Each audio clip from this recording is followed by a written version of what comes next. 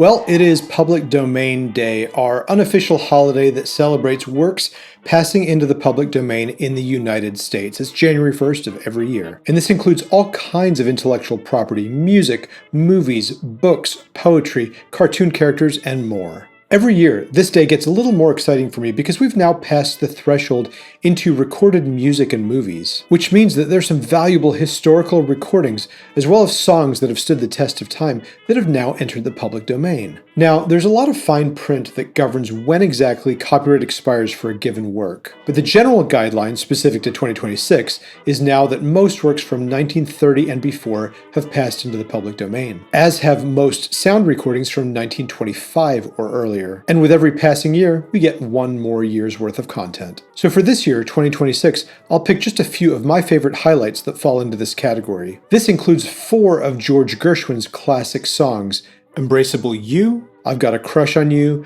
But Not for Me, and I've Got Rhythm. In addition to that, how about Hoagy Carmichael's Georgia on My Mind? And some other great songs: Dream a Little Dream of Me, On the Sunny Side of the Street, and one of John Philip Sousa's great marches, the Royal Welsh Fusiliers. There are some historic sound recordings that have now passed into the public domain, like Sweet Georgia Brown, recorded by Ben Burney and his Hotel Roosevelt Orchestra, and St. Louis Blues, recorded by Bessie Smith and Louis Armstrong, and Fascinating Rhythm, recorded by the Paul Whiteman Orchestra, the same orchestra that premiered George Gershwin's Rhapsody in Blue. And there are some significant movies that fall into this category. How about the Academy Award winner for Best Picture, All Quiet on the Western Front?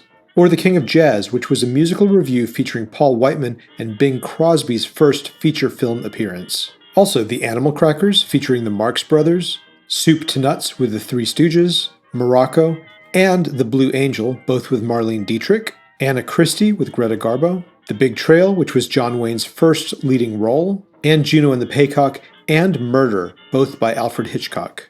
Some notable books are now entering the public domain. There's William Faulkner's As I Lay Dying, Agatha Christie's The Murder at the Vicarage, T.S. Eliot's Ash Wednesday, the collected poems of Robert Frost, W.H. Auden's first major poetry collection, and Bertrand Russell's The Conquest of Happiness. These are just some quick highlights of the thousands and thousands of work that are passing into the public domain in the US in 2026.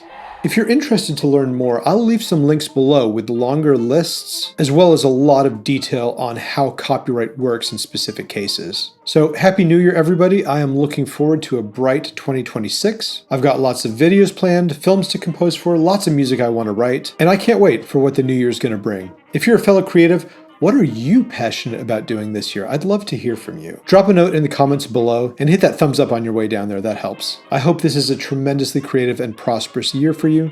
Be creative. I'll see you on the next one.